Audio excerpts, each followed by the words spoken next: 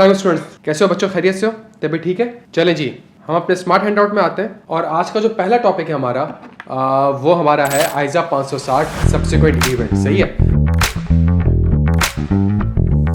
तो हम कोशिश ये करते हैं कि आज की क्लास में हम इंशाल्लाह आइजा 560 सब्सिक्वेंट इवेंट को कवर करने की कोशिश करते हैं। देखिए, सबसे पहली चीज़ हमेशा इस टॉपिक में ये याद रखिएगा कि आपके पास सब्सिक्वेंट इवेंट का जो स्टैंडर्ड है ना, वो डिराइव्ड हुआ है IS 10 से। ठीक है, वो जो हमारे पास 3 पार्टी रिलेशनशिप हुआ करता था, उसमें हमारे पास एक ऑडिट का जो एलिमेंट होता था वो होता था फाइनेंशियल स्टेटमेंट, एक ऑडिट का एलिमेंट होता था IFRS। उस IFRS में एक अकाउंटिंग स्टैंडर्ड है जिसका नाम है IS 10, और IS 10 कहता है कि बैलेंस शीट डेट के बाद जो इवेंट्स होते हैं ना, तो उसको आपने कंसीडर करना है and there is a possibility कि वो इवेंट बैलेंस शीट डेट के बाद हुआ हो, लेकिन जिस बैलेंस शीट डेट का आप ऑडिट कर रहे हो उसमें एडजस्टमेंट की ज़रूरत हो सकती है।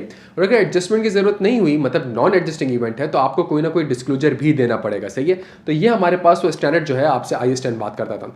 तो IS 10 जो है वो मैनेजमेंट के ऊपर अप्लाई होता है।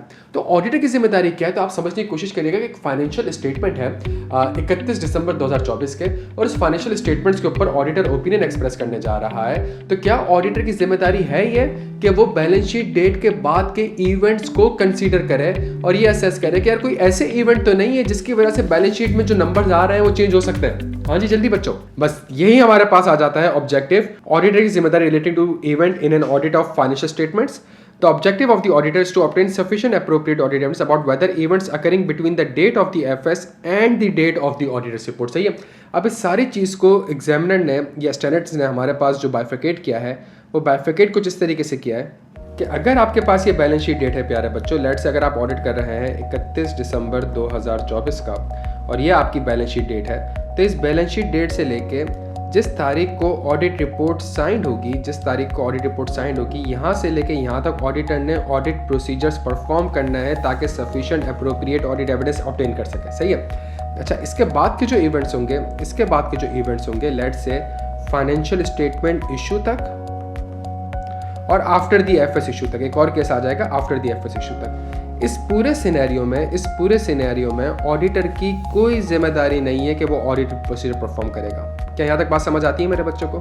कोई भी उसकी जिम्मेदारी नहीं है कि वो ऑडिट प्रोसीजर्स को जो है वो परफॉर्म करेगा। लेकिन अगर कोई फैक्ट पता चल जाता है उसको, ऐसा ही है भाई, अगर कोई फैक्ट पता चल जाता है ऑडिटर को और उस फैक्ट से ऑडिटर को लगता है कि यार ये जो बैलेंस शीट है इसमें कोई इंपैक्ट आ सकता है, सही है, either in case of adjustment either in case of disclosure, अगर ऐसी कोई चीज़ हो जाती है तो फिर ऑडिटर की जिम्मेदारी है कि ऑडिटर उसको क्या करेगा प्यारे बच्चों? रिस्पॉन्ड करेगा। सही है, रिस्पॉन्ड करेगा। क्या यहाँ तक बात समझ आती है? अच्छा, अब एक चीज़ बड़ी इंपॉर्टेंट है, समझने की कोशिश करिएगा। जो फाइनल के बच्चे हैं वो भी, जो MSA1 के बच्चे हैं वो भी, जो कैफ के बच्चे हैं वो भी, यहाँ जो रिस्पॉन्ड का वर्ड लिखा हुआ है, इस रिस्पॉन्ड के अंदर हमारे पास दो चीज़ आती है। पहला आता है हमारे पास कोर्स ऑफ एक्शन और दूसरा हमारे पास आता है ऑडिट प्रोसीजर। क्या यहाँ तक बात समझ आती है? ये समझने की कोशिश करिएगा प्यारे बच्चों। तो हमारे पास जो रिस्पॉन्ड लिखा हुआ है, जो रिस्पॉन्ड के प्रोसीजर आइजा 560 में लिखे हुए हैं, वो दो तरीकों को कवर करते हैं। वो कोर्स ऑफ एक्शन को भी कवर करता है और वो ऑडिट प्रोसीजर्स को भी कवर करता है, जिसको हम आगे देख लेंगे। और आइजा 560 में चूंकि बेतहाशा प्रोसीजर है, तो हम थोड़ा सा इस तरीके से देख लेंगे कि इनमें से कौन से ऐसे प्रोसीजर्स हैं जो कि कोर्स ऑफ एक्शन कहलाएंगे, ऑडिट प्रोसीजर कहलाएंगे। क्या यहाँ तक बात समझ आती है मेरे बच्चों को? चले बच्चों, क्या यहाँ तक बात समझ आती है? स्क्रीन दिख रही है आप लोगों को? चलें, ज़बरदस्त, सही है। अच्छा, अब एक चीज़ आप ये समझने की कोशिश कर लें, अगर हम अपने स्मार्ट हैंडआउट पे आते हैं, तो जो पहला ऑब्जेक्टिव है स्टैंडर्ड का, जो पहला ऑब्जेक्टिव है मेरे प्यारे बच्चों, पहला ऑब्जेक्टिव कहता है कि जी इवेंट जो अकर्ड हुए between date of the balance sheet and the date of the audit report. जब ऑडिटर अपनी रिपोर्ट में डेट डालता है, वो डेट इस चीज़ की अलामत होती है कि ऑडिटर ने सब्सिक्वेंट इवेंट को यहाँ तक कंसीडर किया है। क्या यहाँ तक बात समझ आती है बच्चों? और ये जो आपके पास प्रोसीजर्स लिखे हुए हैं, ये जो प्रोसीजर्स आपके पास लिखे हुए हैं बच्चों, ये जो हमारे पास प्रोसीजर्स लिखे हुए हैं, ये हमारे पास कौन से ये कोर्स ऑफ एक्शन कहलाएगा? दिल्ली से बता दें, मैं आपके सारी जितनी भी क्वेरीज वगैरह आती है ना, वो सारी की सारी इंशाल्लाह वर्कशॉप में एड्रेस कर दूंगा।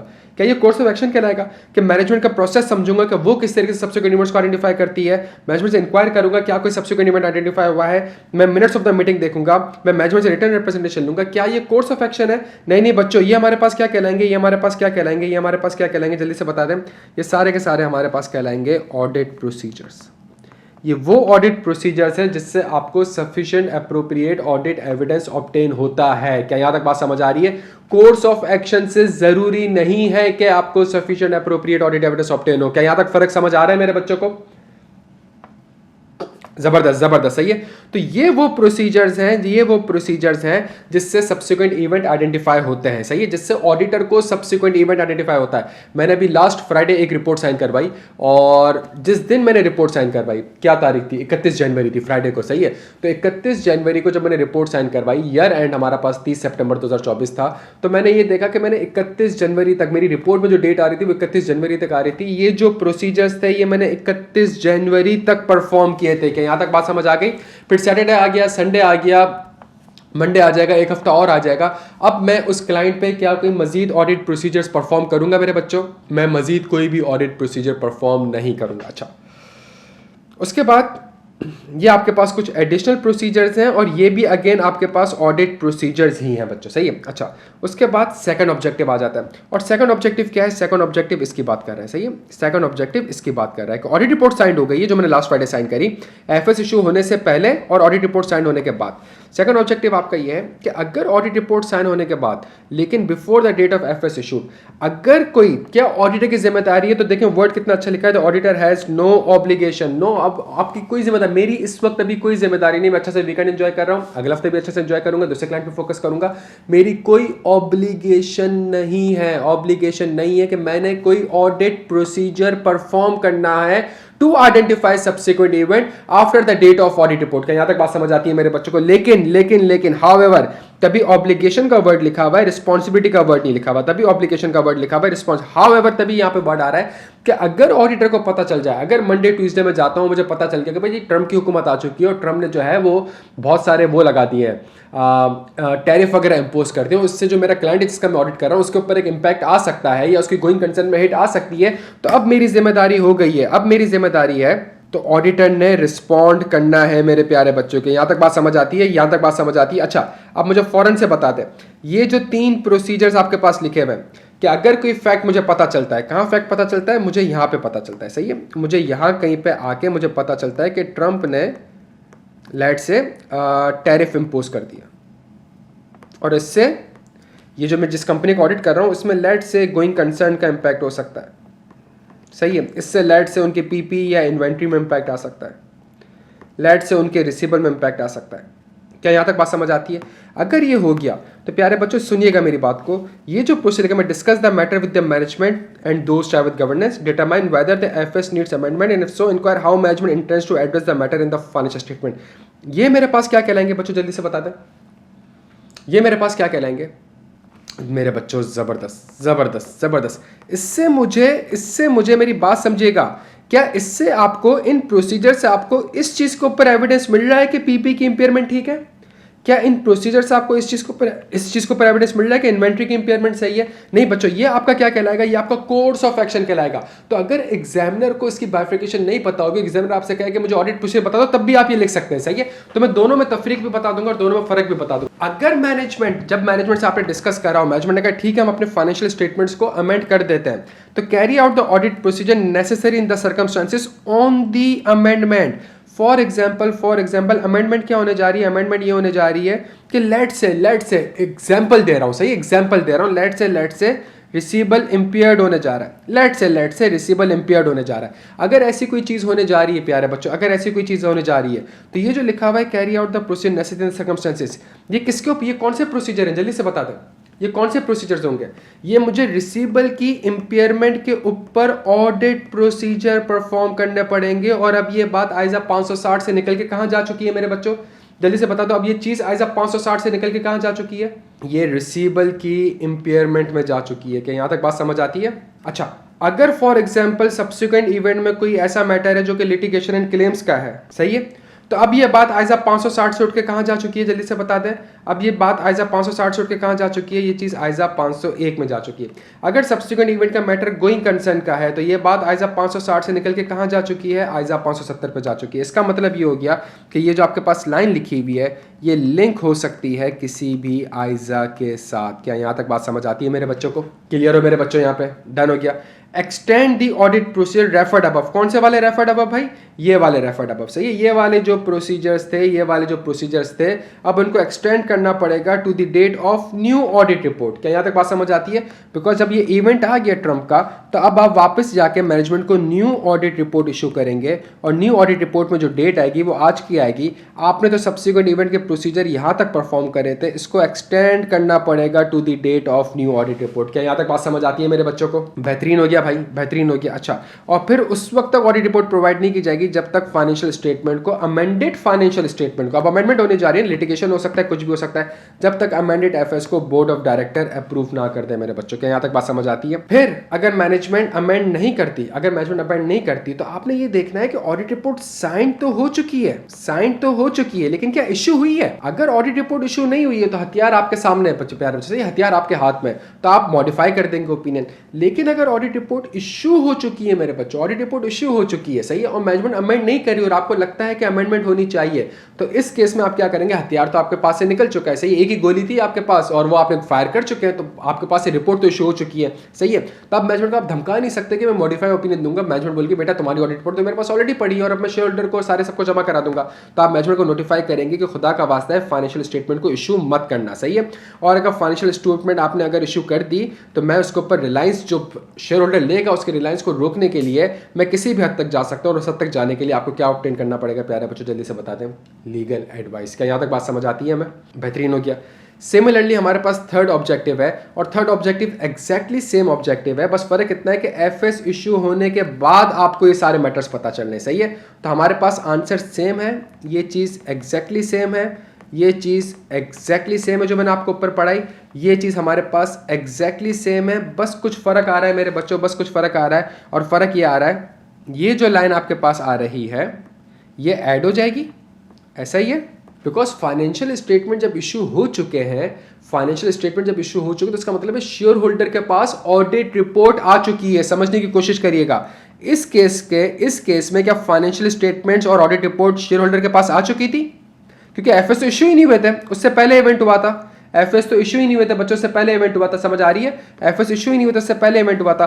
तो जब ऑडिटर के शेयर होल्डर के पास रिपोर्ट आई ही नहीं है, तो क्या आप उसको बताएंगे कि मैंने एक ऑडिट रिपोर्ट इशू करी थी, और ऑडिट रिपोर्ट जब इशू करी थी तो उसके बाद ये हुआ, तो उसके बाद मैंने वापस से अपनी ऑडिट रिपोर्ट इशू, क्या आपको ये बताने की जरूरत है प्यारे बच्चों? वो कहेगा मेरे पास तो पहली ऑडिट रिपोर्ट आई नहीं है भाई, है। हाँ, लेकिन अगर एफएस इशू होने के बाद कोई चीज़ होती है, तो यहाँ पे आपने शेयर होल्डर को बताना पड़ेगा कि सर देखें, आपके पास एक ऑडिट रिपोर्ट जो पहले आई थी और जो पहले फाइनेंशियल स्टेटमेंट आए थे, उसके बाद ये इवेंट हुआ, उस इवेंट के बाद मैनेजमेंट ने अपने एफएस को अमेंड किया, जिसकी वजह से मुझे अपनी ऑडिट रिपोर्ट अमेंड करने पड़ी। अब ये सारे मैटर्स जो होंगे ये आप कहाँ बताएंगे प्यारे बच्चे? सारे मैटर्स आप कहाँ बताएंगे?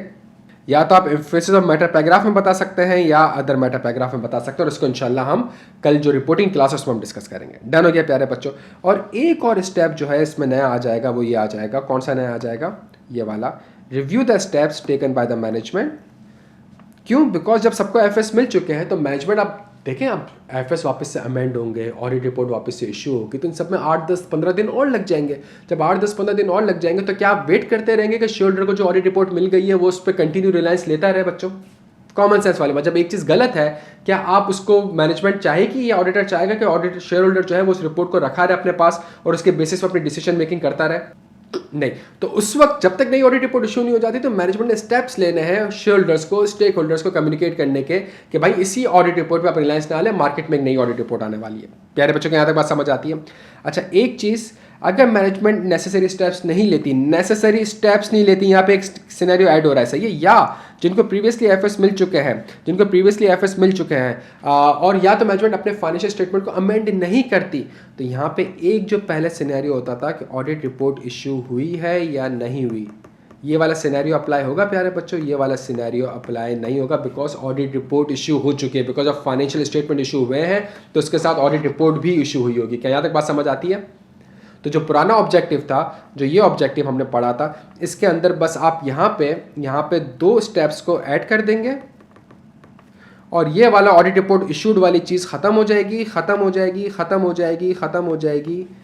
और सिर्फ ये रह जाएगी। क्या यहाँ तक बात समझ आ रही है बच्चों? अच्छा, अब मेरी बात सुन लें, अब मैं कुछ टेक्निकल डिस्कशन आपसे कर लूँ। ज़बरदस्त। तो बच्चों देखो, हमने कितना कुछ, मेरे ख्याल से 15-20 मिनट पढ़ा है, और आइज़ा 560 को थोड़ा सा रिवाइज कर लिया, अगले 5 से 10 मिनट में हम इंशाल्लाह एक काम ये करेंगे, अगले 5 से 10 मिनट में हम इंशाल्लाह एक काम ये करेंगे कि जो थोड़ी सी बहुत इसकी टेक्निकलिटीज़ हैं उसके ऊपर मजीद आ जाएंगे। क्या यहाँ तक बात समझ आती है मेरे बच्चों को? क्लियर हो भाई? यहाँ पे एक चीज़ हमेशा याद रखना, हम एक सवाल बनाते हैं और इसी सवाल के अंदर हम अब खेलना स्टार्ट करेंगे। ईयर एंड क्या है? 31 दिसंबर 2024। ये आपकी है बैलेंस शीट डेट, सही है। बोर्ड ऑफ डायरेक्टर ने फाइनेंशियल स्टेटमेंट को अप्रूव्ड किया है। अप्रूव्ड अलग चीज़ होती है, इशू अलग चीज़ होती है, सही है। कौन सी तारीख को करा है? 20 फरवरी 2025 को बोर्ड ऑफ डायरेक्टर ने फाइनेंशियल स्टेटमेंट्स को अप्रूव किया है। ठीक हो गया? अच्छा, उसके बाद क्या हुआ? उसके बाद ये हुआ कि 25 फरवरी 2025 को आपने ऑडिट रिपोर्ट साइन करी। क्या यहाँ तक बात समझ आती है प्यारे बच्चों? और फिर उसके बाद जो फाइनेंशियल स्टेटमेंट की इशू डेट थी वो थी 20 मार्च 2025 एफएस। बच्चों क्या यहाँ तक बात समझ आती है? अगले 5 से 10 मिनट अगर आप दे दोगे ना, आपका बड़ा फायदा हो जाएगा। क्लियर हो यहाँ पे? अगर एग्जामिनर पेपर में आपसे कहता है क्या, सुनिएगा मेरी बात, कि किस दौरान यहाँ पे कौन सी तारीख को? 22 फैब को प्लांट में आग लग गई। बच्चों सही है? तो ये कौन से ऑब्जेक्टिव में फॉल कर रहा है? बच्चों जल्दी से बता दें कौन से ऑब्जेक्टिव में फॉल कर रहा है? ये ऑब्जेक्टिव 1 में फॉल कर रहा है। जब ये ऑब्जेक्टिव 1 में फॉल कर रहा है तो खुदा का वास्ता है, आपने क्या इसका आंसर यहाँ से लेके यहाँ तक लिखेंगे? जल्दी से बता दो, ऑब्जेक्टिव 1 में मेरे पास क्या सवाल की रिक्वायरमेंट है? मुझे ऑडिट प्रोसीजर बताएं। तो क्या मैं यहाँ से लेके यहाँ तक प्रोसीजर लिखूंगा? जल्दी मेरे बच्चों, जल्दी, छेती। नहीं सर, नहीं। क्यों सर? ये वो प्रोसीजर हैं जिससे ऑडिटर सब्सिक्वेंट इवेंट को आइडेंटिफाई करता है। क्या यहाँ तक बात समझ आती है? ये वो ऑडिट प्रोसीजर्स हैं जिससे ऑडिटर सब्सिक्वेंट इवेंट को आइडेंटिफाई करता है। क्या सवाल में ऑलरेडी सब्सिक्वेंट इवेंट आइडेंटिफाई हो चुका है? जल्दी से बता दें भाई, क्या सवाल में ऑलरेडी सब्सिक्वेंट इवेंट आइडेंटिफाई हो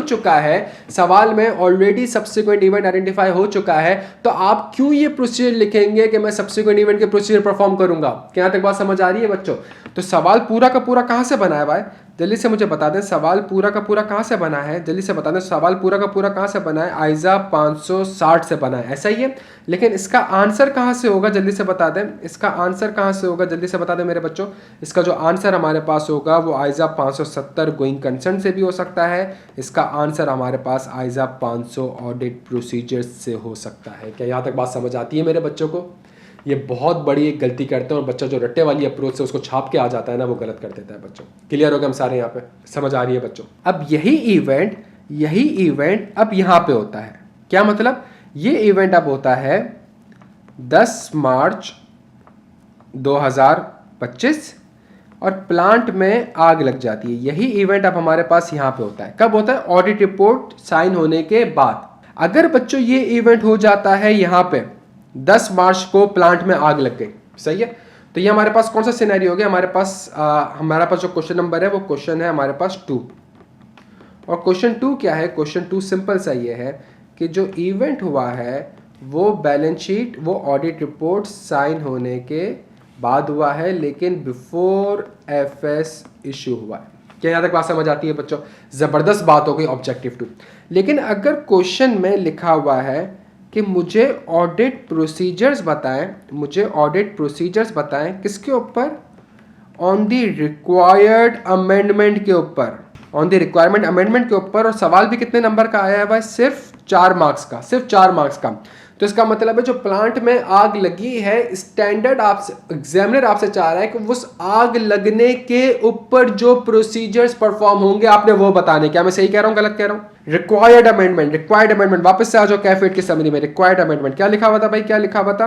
carry out the audit procedure necessary on the amendment. हमने क्या लिखा था यहाँ पे? इसको हमने लिंक करना है एजा से। क्या यहाँ तक बात समझ आ रही है प्यारे बच्चों?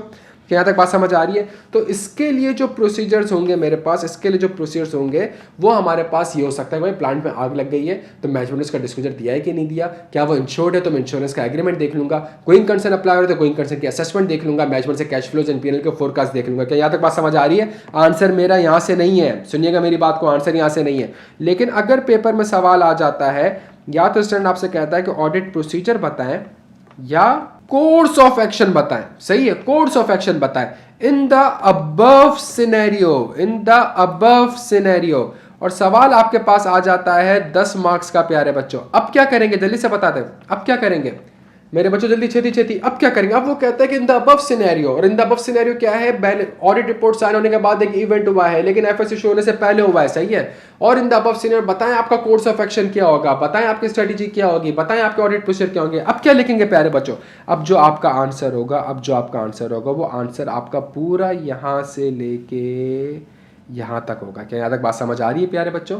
प्लस ये जो आप लाइन लिखेंगे carry out the process necessary in the circumstances, इसमें आपने जो ऊपर 4 मार्क्स के लिए प्रोसीजर्स लिखे थे वो यहाँ पे ऐड कर देंगे। ऐसा ही है भाई, बेहतरीन Mustafa. Procedure plus management make the amendment.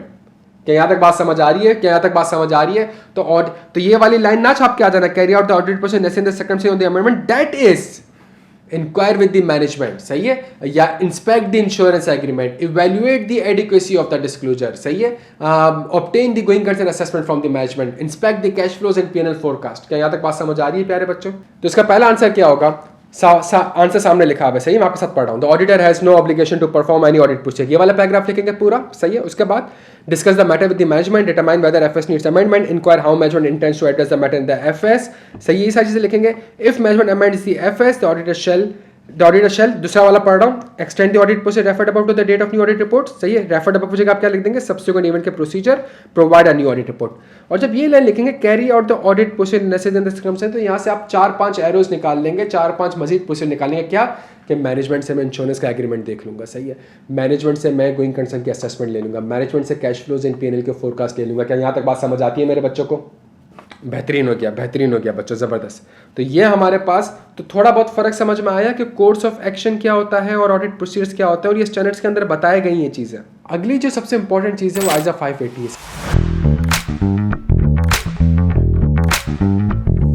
सही है। इसके नंबर को समझने की कोशिश करिएगा। 500 की पूरी सीरीज जो है वो कौन सी सीरीज़ है, वो ऑडिट एविडेंस की सीरीज़ है बच्चों, ऐसा ही है। 500, 501, 505, 510, 520, 530, 540, 550, 560, 570, जितने भी स्टैंडर्ड्स आपने पढ़े, इन सब के अंदर क्या कॉन्सेप्ट है, इन सब के अंदर कॉन्सेप्ट ये है कि एज एन ऑडिटर आपने ऑडिट एविडेंस जो है वो ऑब्टेन करना है, सही, सफिशिएंट एप्रोप्रिएट ऑडिट एविडेंस।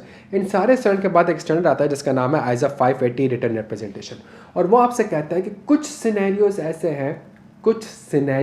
हैं, समझने की कोशिश करिएगा, कुछ चीज़ें ऐसी हैं जहाँ पे ऑडिटर पूरा जोर भी लगा ले ना, सारे ऑडिट प्रोसीजर्स परफॉर्म कर भी ले, उसके बावजूद वो sufficient appropriate audit evidence obtain नहीं कर सकता। बच्चों के यहाँ तक बात समझ आ रही है?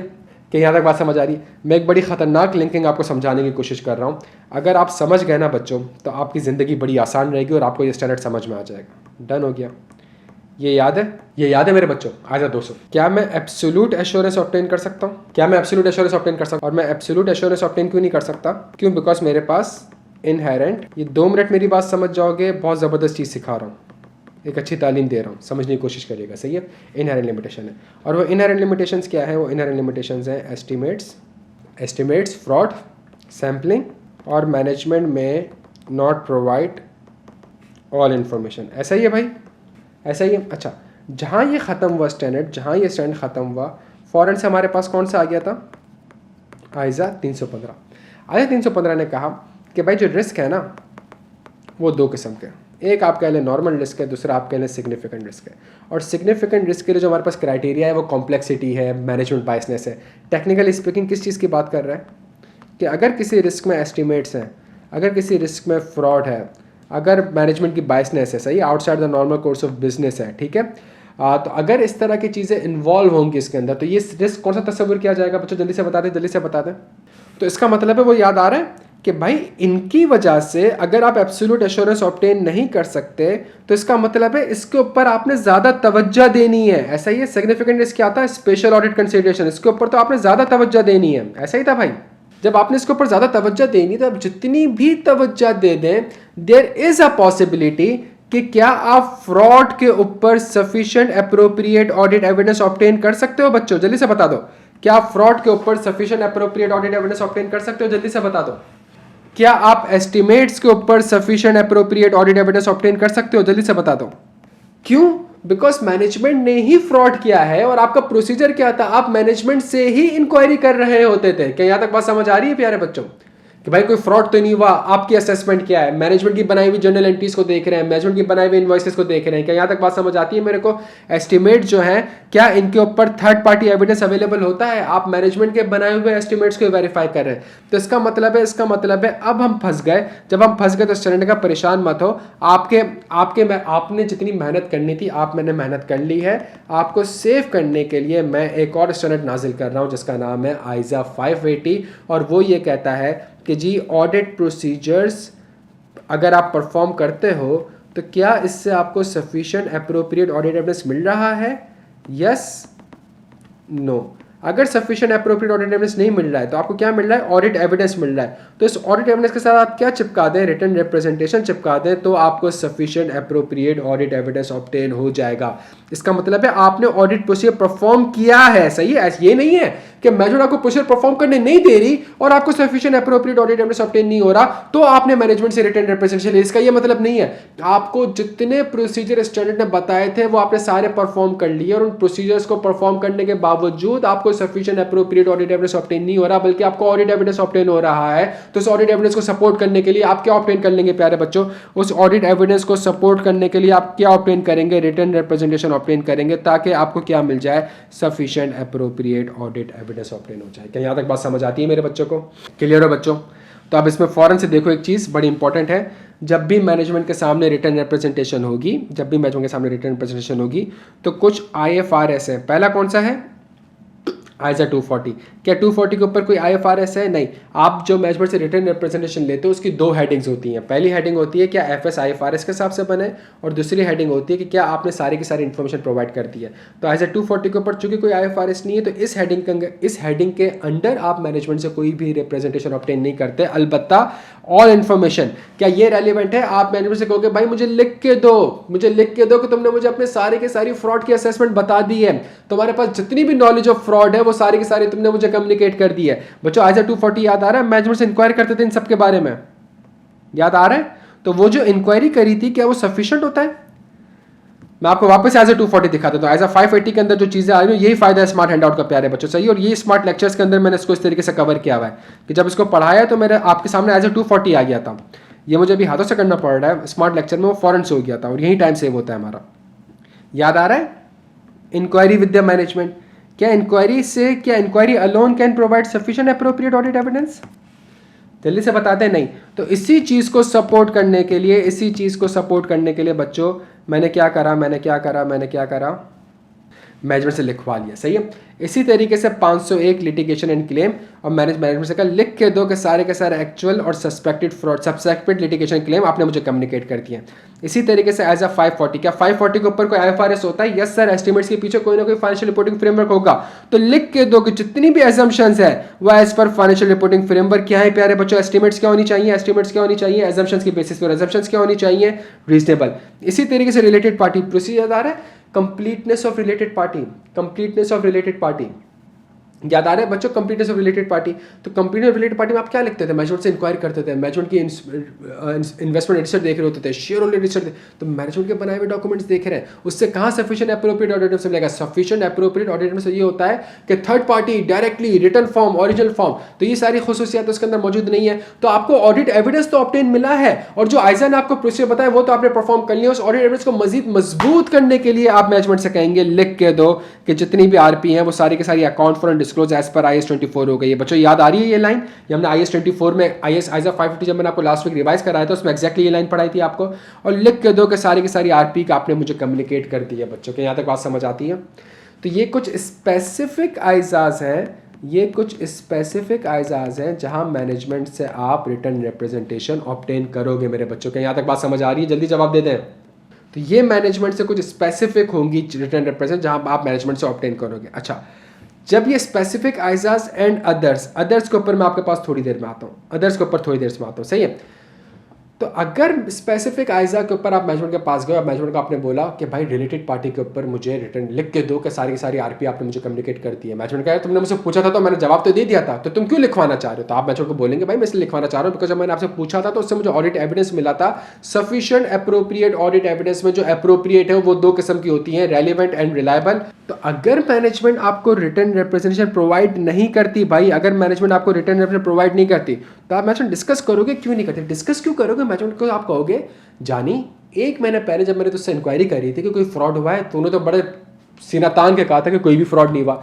जब मैंने तुझसे इंक्वायरी करा था कि मुझे सारी की सारी आरपी बता दी है, तूने बड़ा सीना तान के कहा था कि जी मैंने सारी की सारी आरपी बता दी है। अब जब मैं तुझसे कह रहा हूं कि मुझे लिख के दो तो तुम लिख के नहीं दे रहे, तुम लिख के नहीं दे रहे, सही है?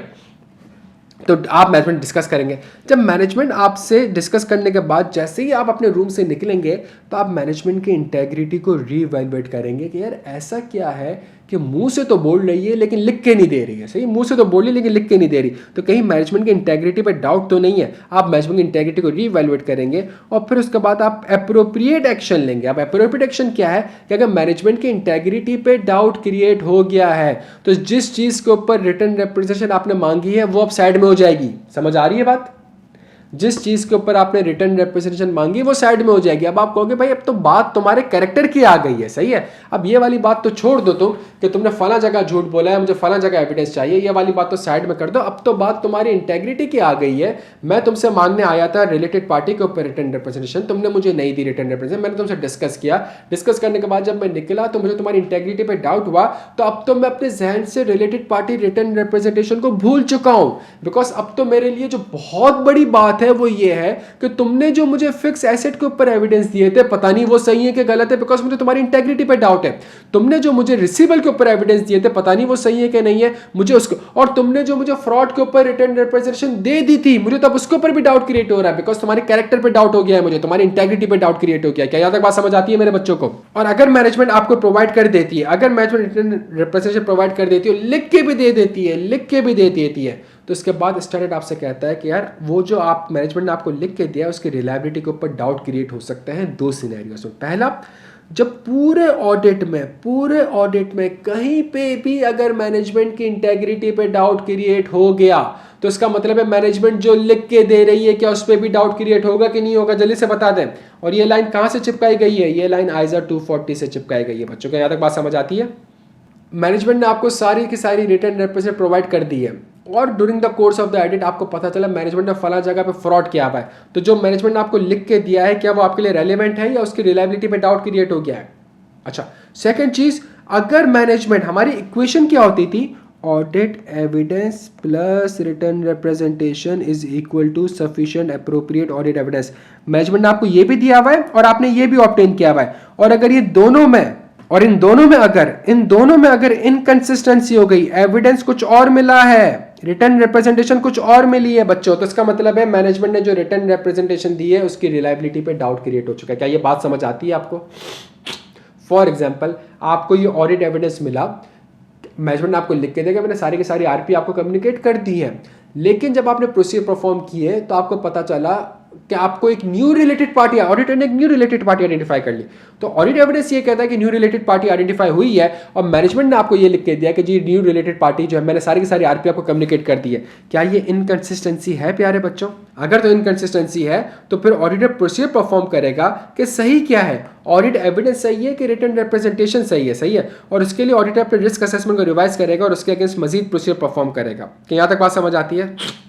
तो बच्चों ये चीज़ हमेशा याद रखिएगा। अब इसको मैं थोड़ा सा अगर आपके सामने समराइज़ करूं तो एक चीज़ हमेशा याद रखिएगा, आइजा 580 रिटर्न रिप्रेजेंटेशन, ये सुन ले मेरी बात, ISA 580 written representation, sufficient appropriate audit evidence is equal to audit evidence plus written representation.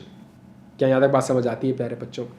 इनमें से अगर कोई एक चीज़ भी गायब होगी तो क्या ऑडिटर को सफिशिएंट एप्रोप्रिएट ऑडिट एविडेंस मिल सकता है? नहीं मिल सकता, सही है। तो इसका मतलब ये बात कहाँ चली जाएगी? ये बात चली जाएगी स्कोप लिमिटेशन में। क्लियर हो गया प्यारे बच्चों? क्लियर हो गया? क्या ऐसा हो सकता है कि मैनेजमेंट आपसे बोले कि प्रोसीजर परफॉर्म ना करो, मैं रिटर्न रिप्रेजेंटेशन दे दूंगी? क्या ये कहना सही रहेगा?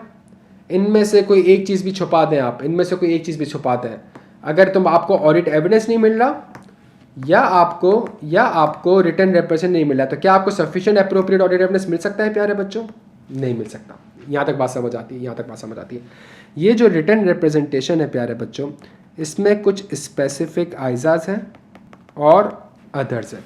क्या स्पेसिफिक आइजाज की लॉजिक समझ आती हैं? आइजा 240 पढ़ चुके हैं, 501 पढ़ चुके हैं, 540, 550, 560 थोड़ी देर पहले पढ़ा, 570। क्या ये आइजा समझ आ रहे हैं आपको? आइजा 560 में भी सब्सिक्वेंट इवेंट को आइडेंटिफाई करने के लिए प्रोसीजर क्या आते हैं? मैनेजमेंट का प्रोसेस समझा था और मैनेजमेंट से इंक्वायरी करी थी और मैनेजमेंट के बनाए हुए मिनट्स ऑफ द मीटिंग देखी थी। क्या यहाँ तक बात समझ आ रही है? इन सब में क्या इन्वॉल्व हो रहा है? मैनेजमेंट इन्वॉल्व हो रहा है, सही है। तो क्या इससे जो आपको इन प्रोसीजर से जो आपको एविडेंस मिला, क्या वो सफिशिएंट एप्रोप्रिएट ऑडिट एविडेंस था या ऑडिट एविडेंस था? जल्दी से बता दें। सफिशिएंट एप्रोप्रिएट ऑडिट एविडेंस क्यों नहीं था? क्या इसमें कोई थर्ड पार्टी एविडेंस था? क्या कोई एविडेंस आपको थर्ड पार्टी से डायरेक्टली रिटर्न फॉर्म में मिला था? नहीं प्यारे बच्चों, पॉसिबल ही नहीं है ना, सही है। मैनेजमेंट के फाइनेंशियल स्टेटमेंट है, मैनेजमेंट के सब्सिक्वेंट इवेंट है, मुझे थर्ड पार्टी क्यों बताएगी भाई? क्या थर्ड पार्टी को कंफर्मेशन भेजूंगा कि मुझे बताओ इस कंपनी में कोई सब्सिक्वेंट इवेंट हुआ है? क्या यहाँ तक बात समझ आती है? तो इसका मतलब है इसलिए मैनेजमेंट से रिटर्न रिप्रेजेंट लेनी पड़ेगी दो किस्म की। पहला FS is equal to IFRS. तो क्या आइजा 560 के ऊपर कोई आईएफआरएस है? जल्दी से बता दे, जल्दी से बता दे, जल्दी से बता दे। क्या आइजा 560 के ऊपर कोई आईएफआरएस है? कौन सा है प्यारे बच्चों? और आईएसएन क्या कहते हैं? सब्सिक्वेंट इवेंट्स को आइडेंटिफाई भी करना है, अकाउंट फॉर भी करना है एंड डिस्क्लोज्ड भी करना है। क्या यहाँ तक बात समझ आती है मेरे बच्चों को? और क्या इसके ऊपर आपने ऑल इन्फॉर्मेशन, दूसरी चीज क्या थी? All information. क्या मतलब? लिख के दो कि सारे के सारे सब्सिक्वेंट इवेंट आपने मुझे कम्युनिकेट या डिस्क्लोज कर दिए हैं बच्चों, ऐसा ही है। चले बच्चों, थैंक यू सो मच। इसी तरीके से एक घंटा दे दिया करो बच्चों, तो इंशाल्लाह फ़ायदा हो जाएगा, क्विक रिवीजन भी हो जाएगा, थोड़ा सा कॉन्फिडेंस लेवल भी बढ़ जाएगा। चलो बच्चों, बहुत बहुत शुक्रिया, बहुत बहुत शुक्रिया। अपना बेहद ख्याल रखना। इंशाल्लाह आप ग्रुप में आते हैं। Thank you so much, thank you so much.